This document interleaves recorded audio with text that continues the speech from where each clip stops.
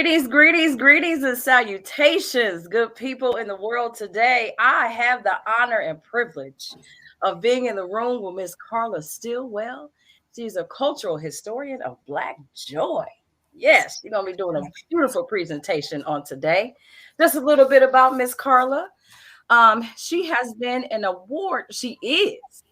an award-winning actor, okay? Playwright, producer, artistic director, and teacher for 3 decades. Huh? Miss Sitllwell is a teaching artist with Victory Gardens Theater and will be joining the Loyola University Theater Department's adjunct staff in spring of 2022. Y'all be on the lookout. Miss Sitllwell has founded the Sitllwell Institute for Contemporary Black Arts. Let's put our fingers together. Everybody, let's pop our collars for Miss Carla Sitllwell. Hello, greetings and salutations. Yes. I am here. Thank you so much to anyone who is in earshot and visuals of me and my voice. Hello, Miss Dory. I miss you. I can't wait till all of these germs are over so I can come hug my friends. I know. Greetings from Chicago, everyone. So this is how I'm going to run this today. I'm an analog girl in this digital world. So I'm going to attempt to share my screen with you all, share a little presentation with you about the history of Black joy from my perspective, and then we can rap about it. I am long-winded, so I will try to leave time. Hello, Stephanie. I see you in the chat. I will try to leave time for question and dialogue. But I hope that we all come out of this feeling so good about who we are as a people. So here we go. Let's see how you do this. How you do this, Carla Sitllwell. Share screen. There it is. Bam around. Share screen. Let's see. Bam around. Entire screen. Is it working? Come on. Share screen. Look, come on. Come on screen. Come on screen. Come on in the room. Can you see? Yes. There's my screen. Okay. All right. Okay. Now let me give you this here. Can y'all still hear me? Somebody say yeah. Yeah. All right. I'm gonna do this. I can do this. I can do it. I'm a big girl. Yes, you can. Breathe oxygen. You got it. There it is. The history of Black joy from the Barracoon to Wakanda and beyond. So this is how we're going to begin. I want to talk a little bit about some of the obstacles to Black joy. In my humble opinion, the biggest obstacle to Black joy is respectability politics. Ooh. Let's look at some of these words. When I did a word cloud about respectability politics, this is some of what came out of my research. Opinions, often respectable Black politics, shame, and African being right together. Isn't that interesting? Relating, political. Look at the side where it says negative and skin right there. Isn't that interesting? These are the ideas. These are some of the big emotions that lay inside of us as Black people, right? We have been conditioned that our capture was shameful. We have been conditioned that our capture was shameful. As I can go through this presentation, I want you to think about the word Barracoon. Some of you know what that is, what that word means. Some of you don't, but we're going to get back to it. I'm an old Black woman, so sometimes I have to tell a story to make a point. I get there. We've been told that the Middle Passage and slavery is something the Negro needed to overcome, right? Because to overcome something, to have to overcome something means it's your fault, right? We have to get over it. We have to move past. We can't discuss the Middle Passage. We can't discuss slavery. That's the past. We have to overcome it. So as soon as Black people had something that felt like freedom, because we ain't never really been free. We can talk about that later. But as soon as we got to the Reconstruction era after the Civil War, we as a people decided we had to begin to prove our humanity. Can you look at the photos real quick, right? Look at the photos and see that the desire was to be seen in Western dress, was to dress like white people, was to straighten your hair, was to show them that you were fully human.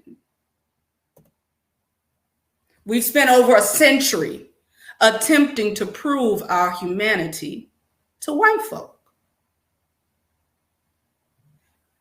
I use the image of this family because this is when we were told in the 80s that Negroes had truly arrived, and this person told us that we were now fully human because there was a TV show with a Black doctor and a Black lawyer as the parents, and they lived in proximity to white folks, which made them fully human. And this was drummed into us that we had now arrived. But this happened at the expense of us living in the fullness of our joy.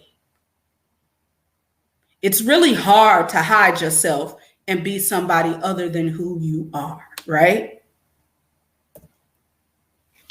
When we skip over the story of our beginning on this soil, we dishonor all the things that made us, us.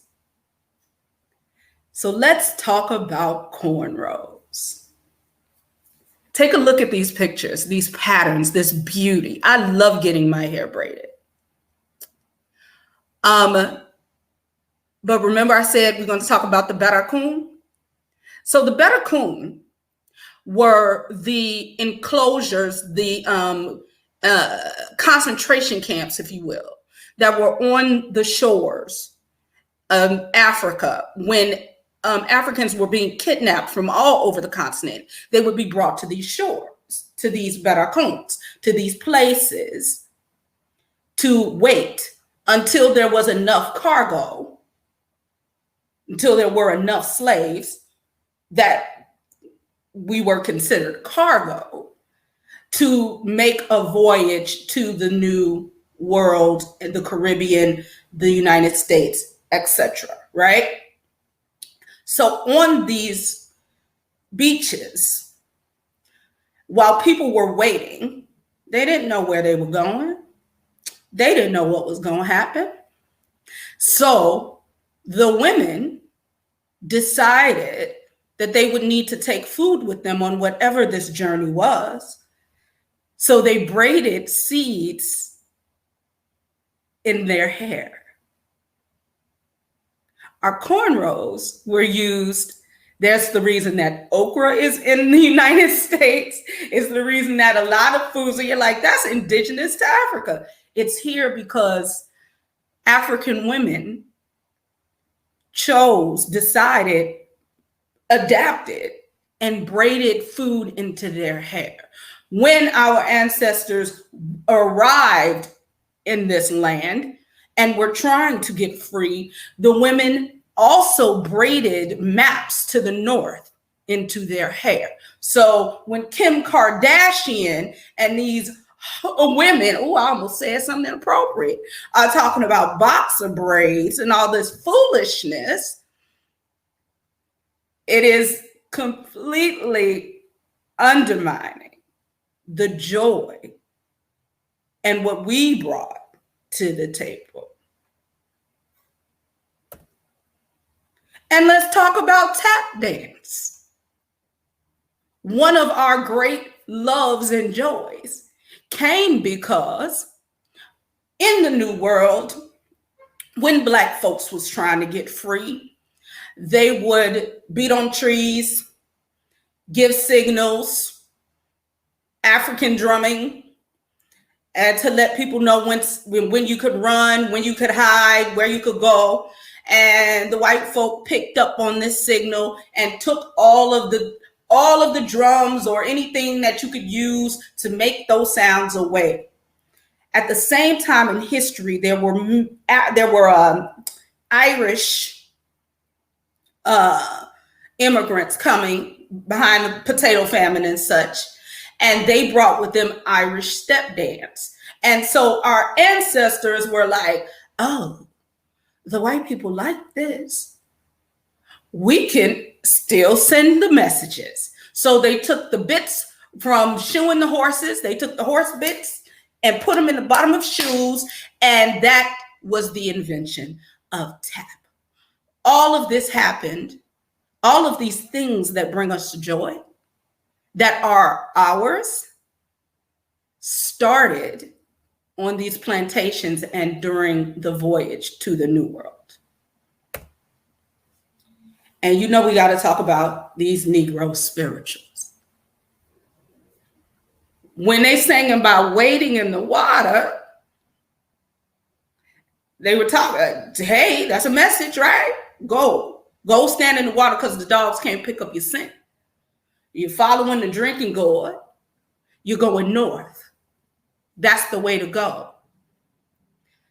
They say that Harriet Tubman used to sing Go Down Moses when she'd arrive on the plantation, and everybody knew that meant she was there and it was time to leave. And those spirituals turned into gospel music, that gospel music that we know, that we are so familiar with today. The gospel music that is also the foundation for the blues and bluegrass and country music. All of that joy came out of our ancestors surviving and adapting. And then there's jazz. It was a way to entertain the white people. But slaves did not, these people from Africa did not understand music the same way. So they took the white people's instruments and created a sound that turned into the jazz music that we understand and love and know today. Our joy is rooted in the moments we spent so much of our history in this nation trying to forget.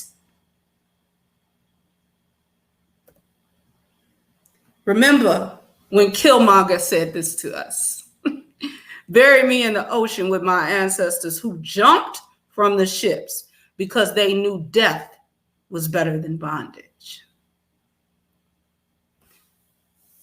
He was giving us permission to honor those that didn't make it, to honor those that did. Here's the truth. Only 1 in 6 kidnapped Africans made it to the shores of the United States or the Caribbean alive. You are the descendant of the one. You are the descendant of the strongest, of the most clever, of the most resilient, of the most determined to live. You are sitting inside of your DNA, the courage and strength of that one.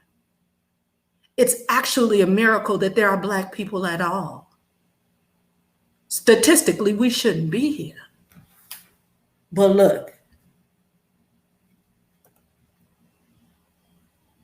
Wakanda forever. Now, come on, we're going to go walk in this joy and we're going to talk about all the things that I have said.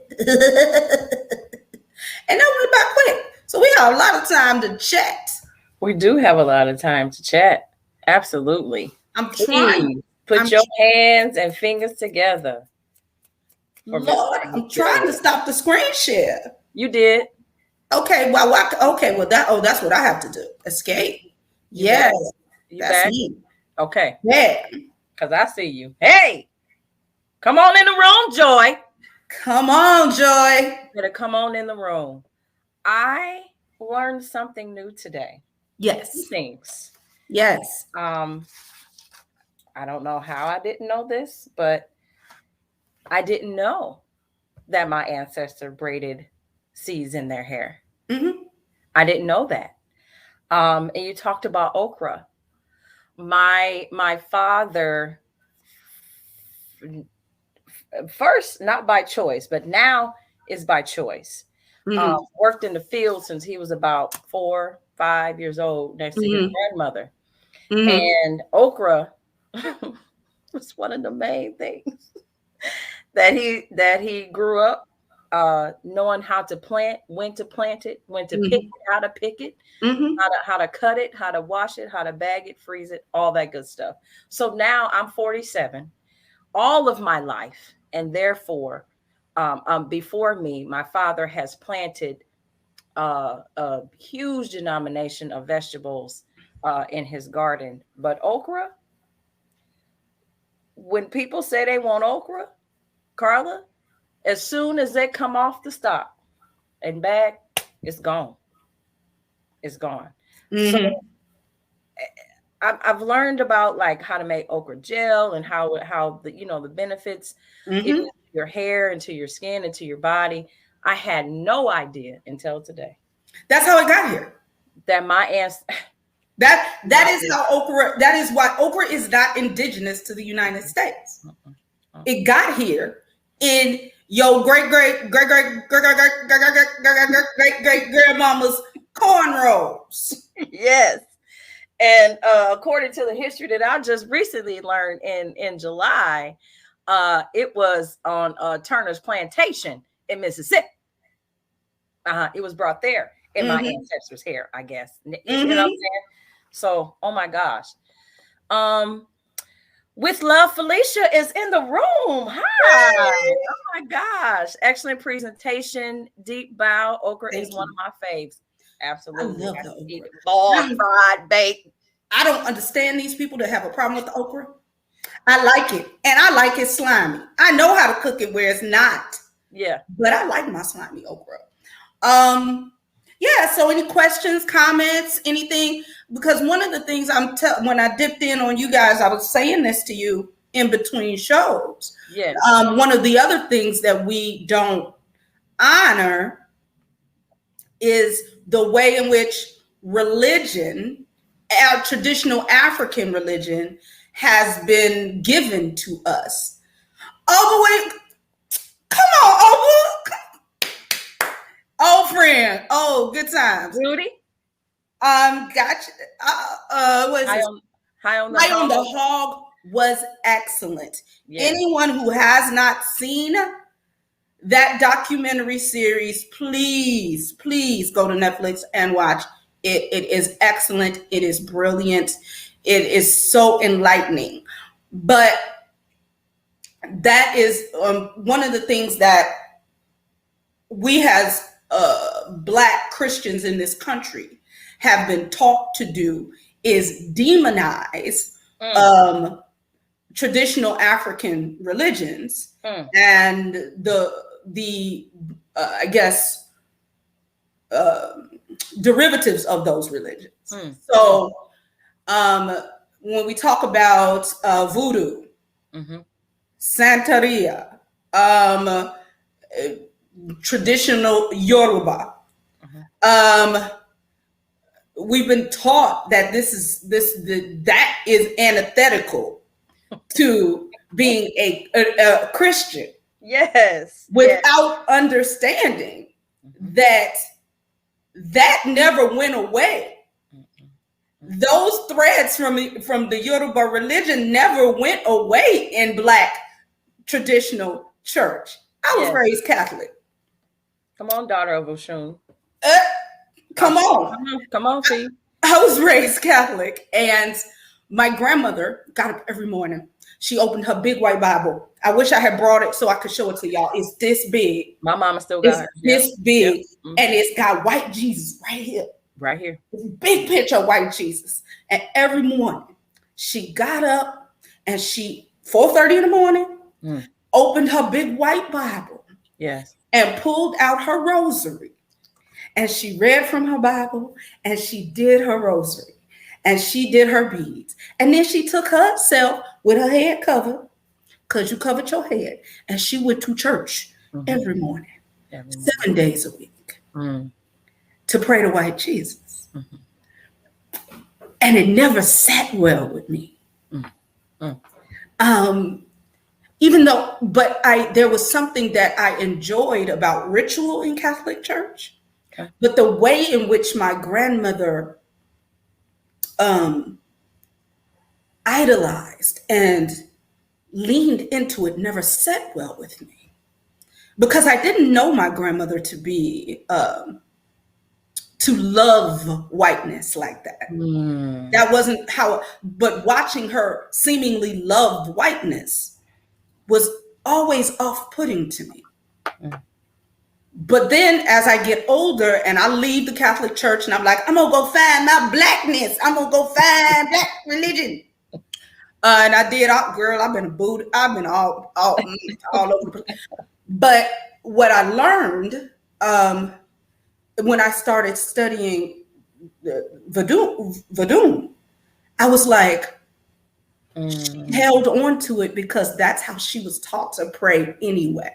My grandmother was born in 1900, and she used to say 1907. Yes, grandmama. Outside of Tupelo, Mississippi. Come on. And what happened when she found Catholicism was that felt more real to her. The meditation of it felt more real to her. The throwing, like, because my grandmother taught me conjure without teaching me that's what it was. The ritual of it, the prayer of that felt right to her. And no one in my family had the language that's how she was taught. Her father, my great-grandfather, was born in 1870. He was the first person born free in his family. They had been bred. So there were ways in which they had to pray, and they were taught to pray that was way more rooted in the Yoruba tradition than in Western religion. But when my grandmother found Catholicism, she found them both, because that Catholicism is how in Haiti and all these other Caribbean countries that are heavily Catholic, that's how they hid the traditional African religions, because it was so close. Because the way that you practice and meditate and throw bones and use beads, the way that you use charms and trinkets, the way that you talk to the deities was so similar. You were able to stick it right in there under the white people's nose. Okay. And hold our traditions. But because, history is not really taught, we don't understand that it's all been there. Right. It is not that we have not been practicing. We don't know what we're doing. And because we haven't been taught correctly, it has gone the way it has gone. Absolutely. Okay. Absolutely. Okay. I had shared earlier in the prior segment, if what I know now and just being aware of my spiritual being and where I come from. I dare not had spoke of what I put into practice now growing up in the Pentecostal church because she was shunned and shamed as that is of the devil. We don't do any of that. Those people that do that, they going to hell. Ain't nobody going to heaven but us. And it's just like, really? But I thought that, I'm looking into to other religions and how people are tapping in. It's just like, we've been doing this all along. That's why your ancestors felt so comfortable, because it's in our DNA. It was there.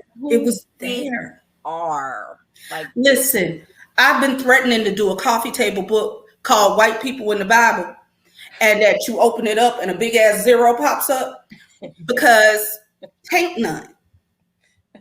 Taint none. Taint none. Them was Africans, okay? Yeah. Jesus was an African Jew. I don't think people, and the reason I talk about joy when I'm having this conversation, because I don't think we celebrate the fullness of our ancestry, and I don't think we understand how amazing we are. Mm-hmm. And then once you talk about the things we were told not to talk about, that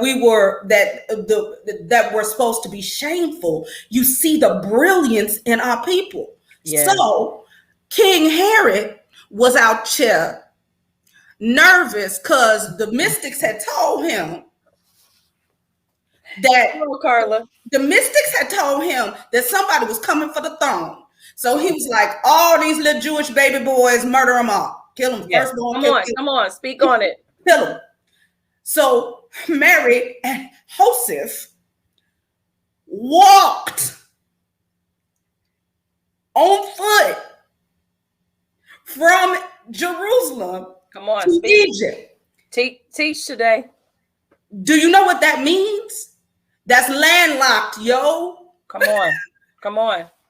These are dark-skinned people. Yes. The Bible. See, this is my problem with the Christians. I got you in a minute. Sorry, keep going. I see your comments, y'all. I got you in just a second. Go ahead, Carla. The Bible that the people that you was talking about, the King James Version, Christians keep erasing themselves from the story.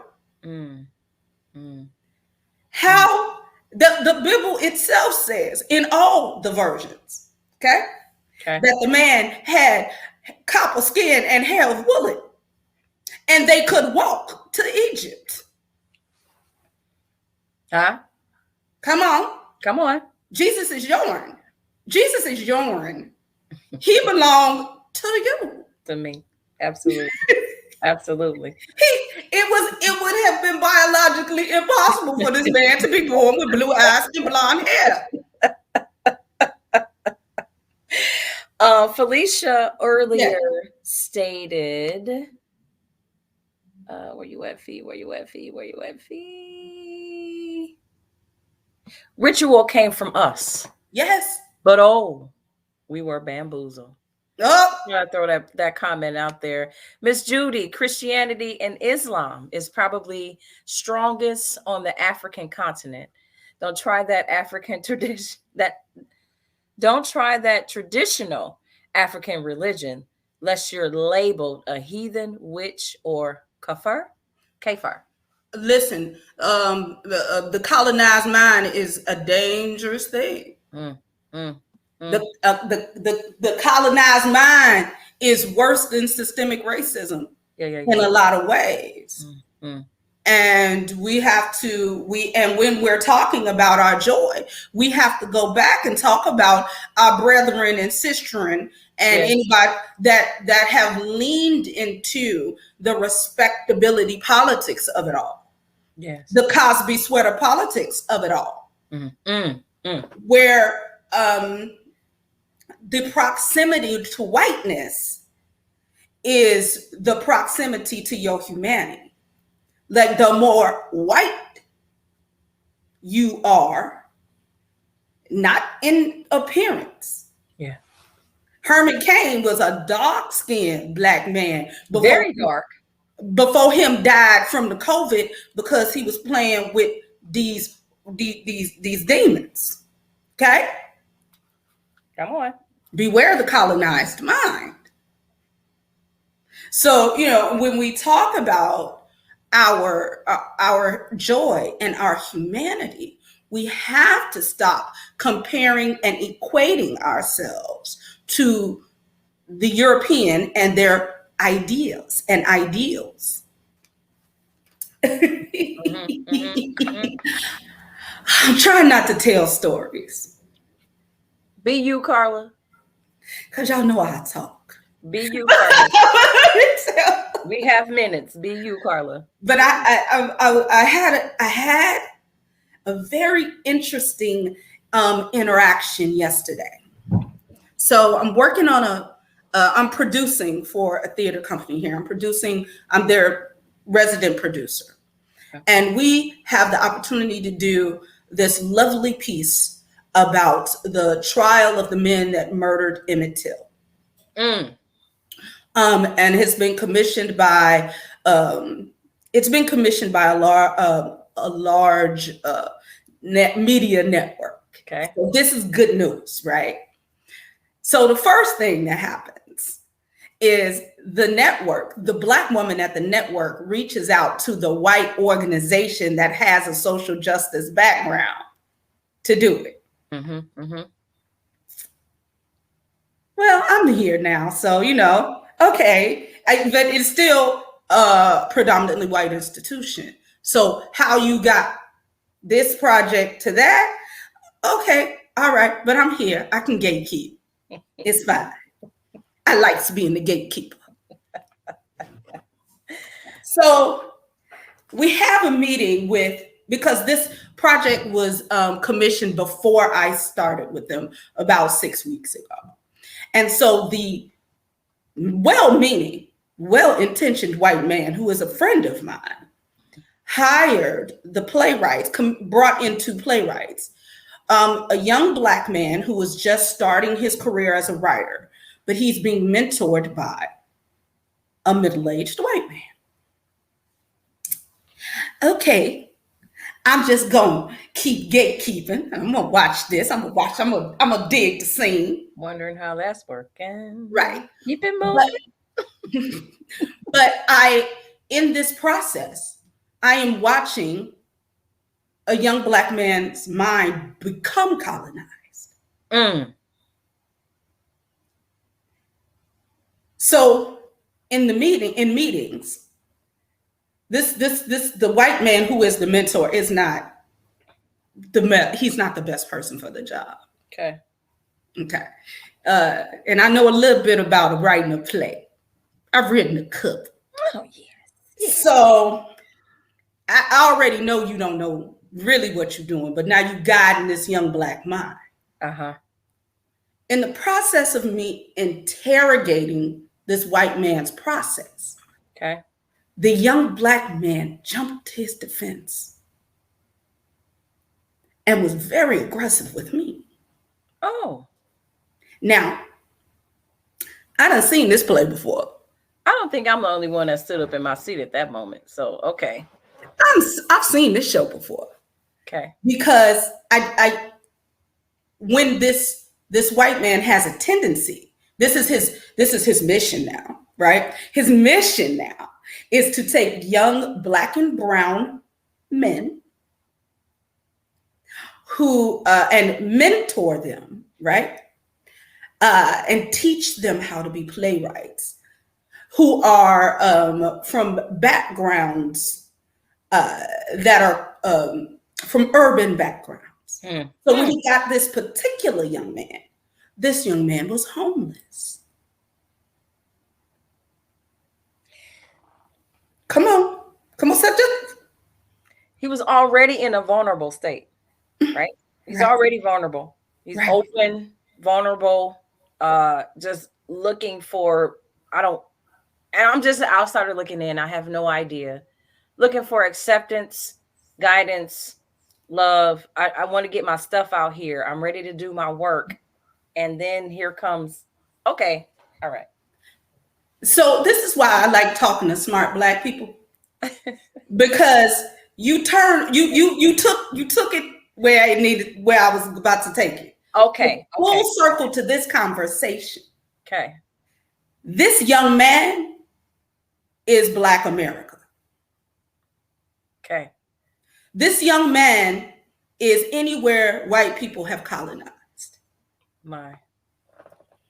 This young man is Black America post Civil War, when many of our ancestors didn't have any place to go. Didn't like the white people like, you, I can't keep you no more. Do whatever. Bye. Go back. So what do? Where do you go? Wow. You lean into the whiteness, because that's where safety is. That's where shelter is.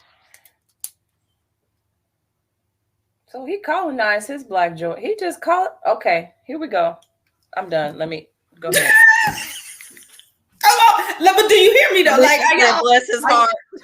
Are y'all out there listening? Do you hear me? It is our job now. It's enough of us who are free. Yes.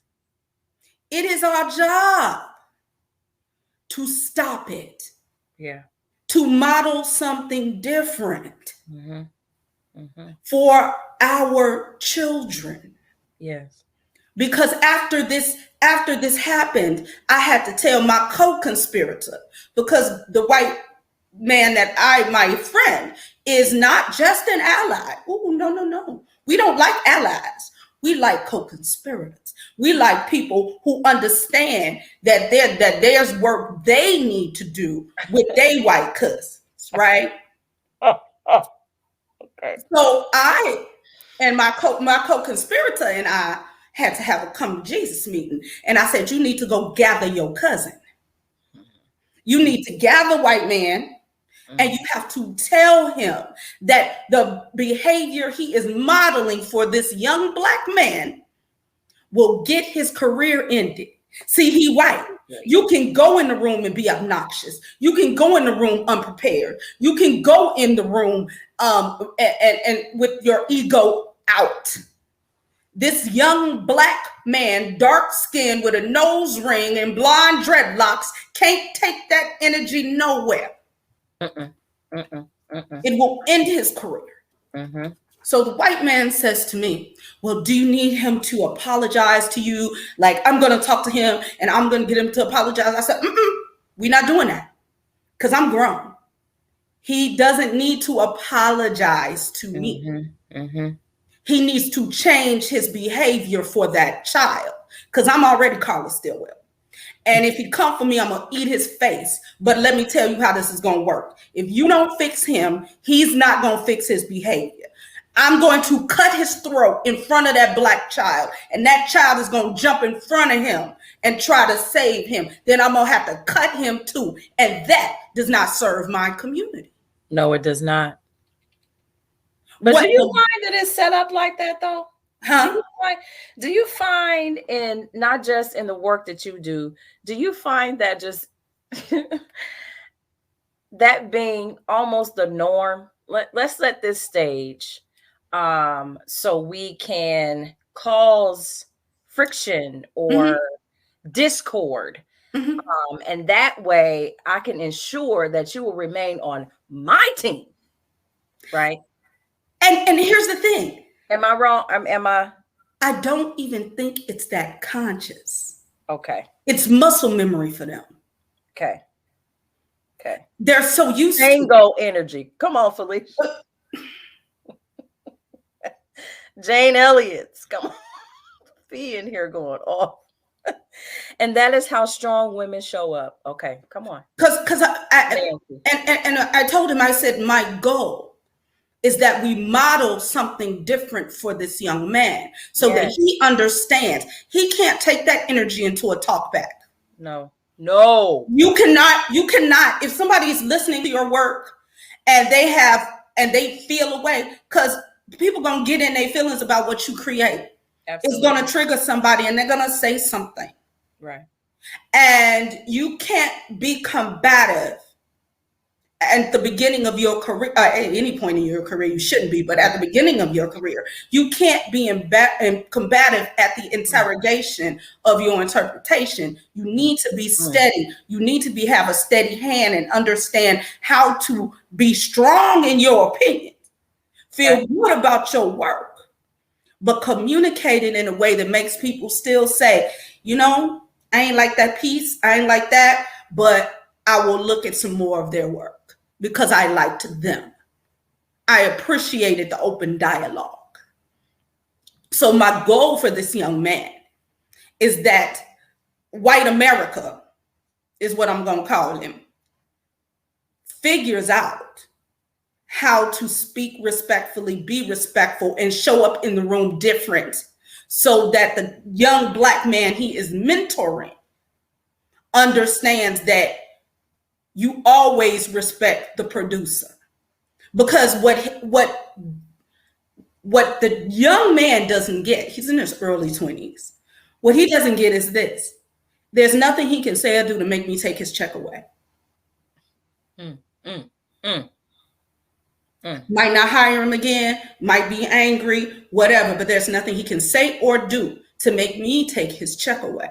Okay. It's the same reason I tip even when there's bad service at a restaurant. Okay. I'm gonna always tip 18%, but I'm gonna tell your manager exactly how raggedy you were. Okay. Because I will never take the food out of the mouths of Black people. Come on.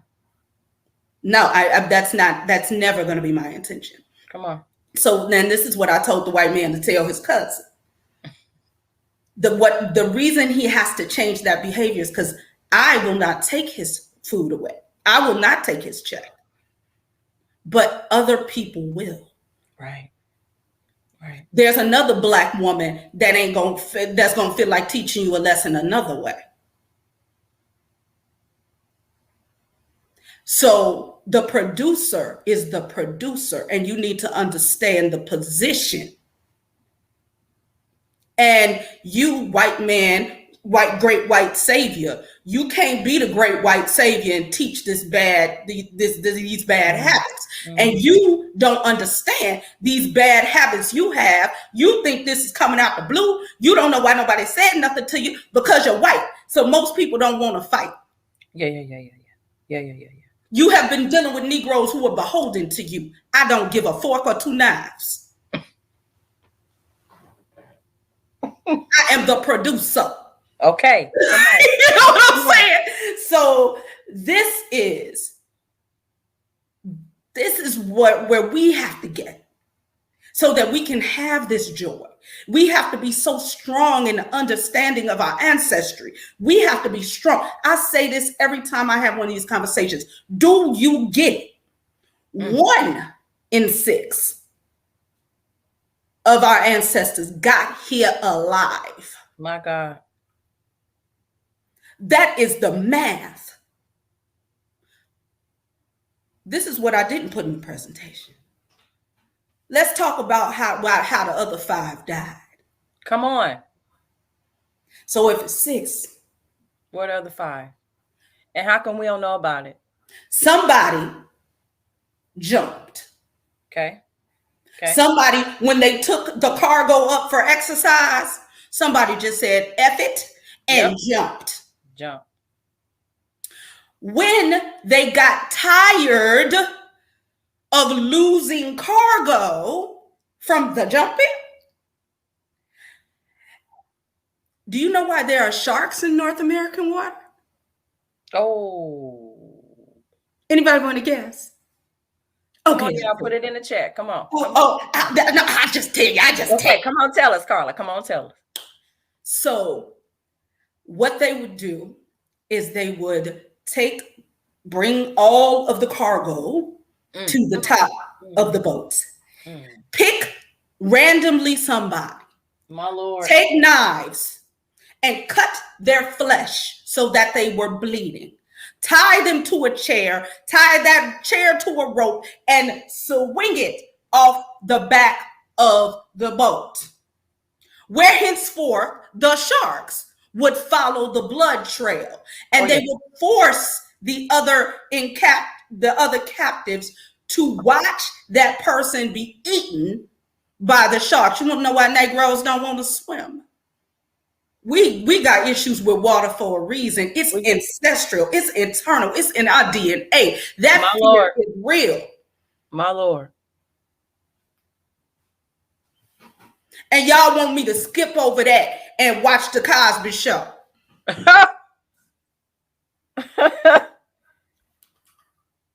Y'all want me to skip what my ancestors did. Ain't nothing strong on this earth than the American and the Caribbean Negro. My Lord. Because we shouldn't be here. Right. Disease. Oh, Nancy. Disease Yes. killed us. Yes.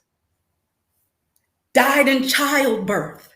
Yes. Because pregnant women were kidnapped. Yeah. The fact that any of us are still here looking this dark and being this black is a miracle. Your joy is in the miracle that you are here because you're not supposed to be. Any machine that we have in this country that minimizes work was created by a black person. Come on. Most things, the stoplight that give safety and signal, created by black people. Yeah. Miss Jade says sharks change. It went away. No, I got it. There it is. Migratory patterns permanently during the transatlantic slave trade. So, do you know how many people they were eating? Think about that. No, and y'all ain't gonna get me to skip over this part because the fact that we are here, right, is where my joy comes from. And Miss Nancy Williams says, with the audacity of joy. With the audacity of joy. Come on. You can't kill the spirit of the physical manifestation of God. You can. Come on, Felicia. Preach, preacher. Why you preaching on this fall afternoon? Because we need it, Miss Nancy. We need it. I just don't mean to go off like this. But you do, and then it needs to. Yep. But I want us as a people to get to where the Jews are. Yes. And I say this with all the respect for the way the Jewish community moves. There is absolutely nothing that has been more horrific than chattel slavery in the United States specifically. It is the most horrific atrocity to happen to humanity in the whole world's history.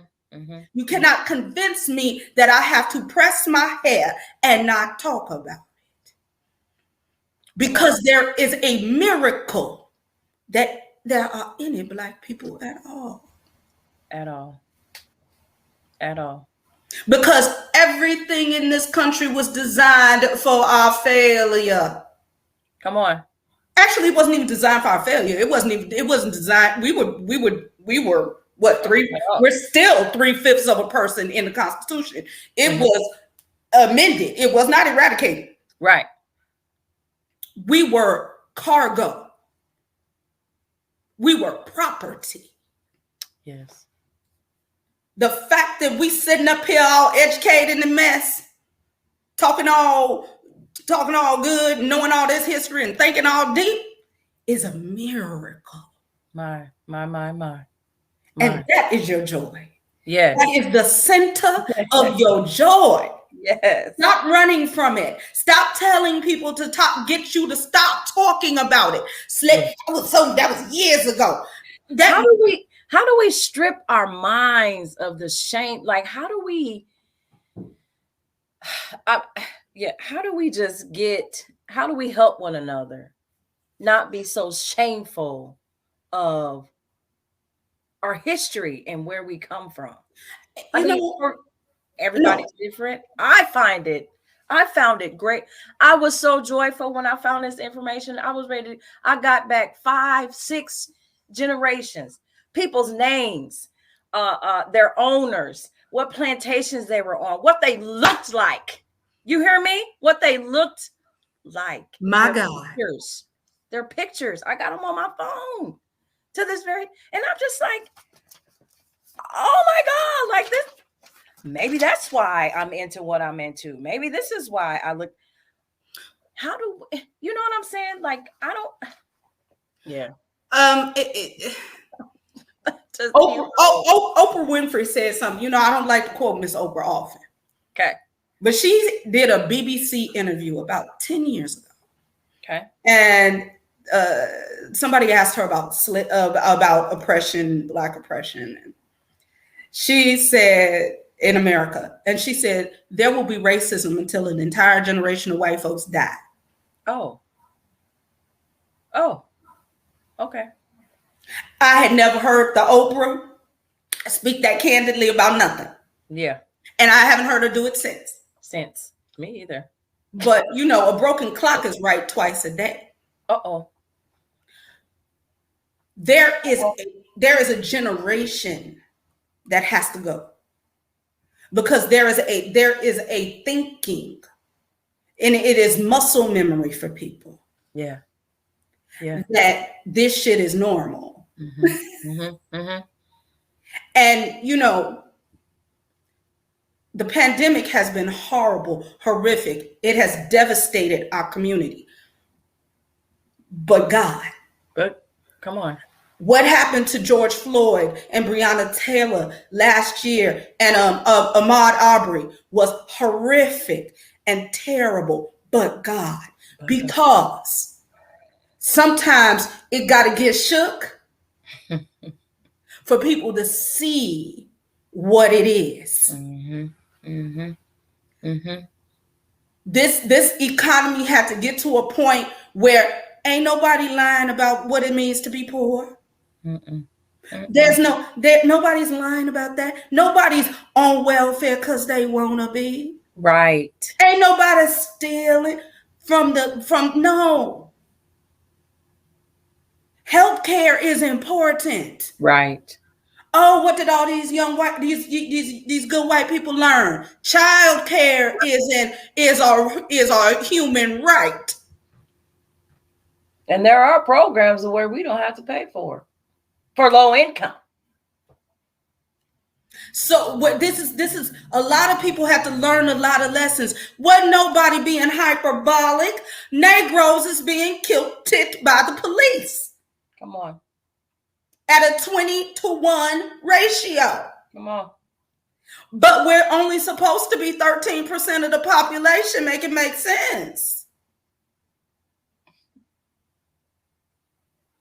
Got you teaching today. Oh my God.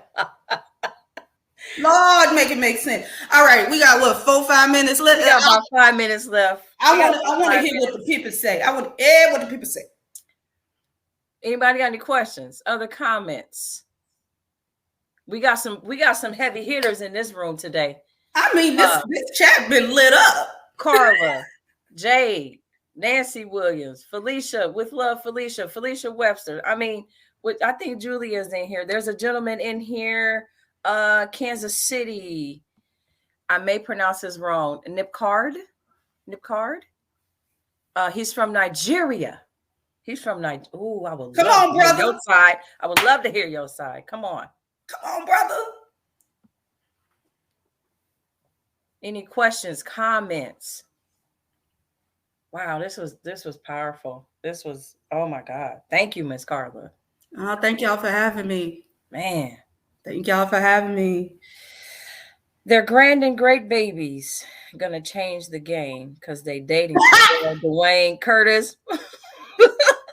Is that Felicia, Sabrina, and Carla, and their babies ain't white? 2024, people. 2024. Mark it on your calendars, because that is the year that it is predicted that there will officially be more people of color than white folk. I believe it. 3 more years. And this is why January 6th happened, because they is shooketh deep down in their shondo. Come on. The whites are shooketh. Julia said, I am shook. I need the rest of the day to process. Look. Yes, ma'am. When you start thinking about how your joy has been stolen from you by respectability politics and lies and the need to control you so that you continue to serve the massa. Come on. It does shake you deep down in your shondo. Yes. But when you wake up from that nap. Come on. Yeah, God. When you wake up from that rest you had to take. When you get there, you have a smile on your face that I have on my face. Come on. You wake up every day happy to be Black. Yes. And with that. Miss Nancy says, thank you. Love your stories. You teach, inspire, and invoke reflection that moves folks to action. Thank you, Miss Nancy. Thank you. Jane, fascinating. Thank you. Thank you. Felicia was speaking to Miss Nancy. That ain't none of my business right there.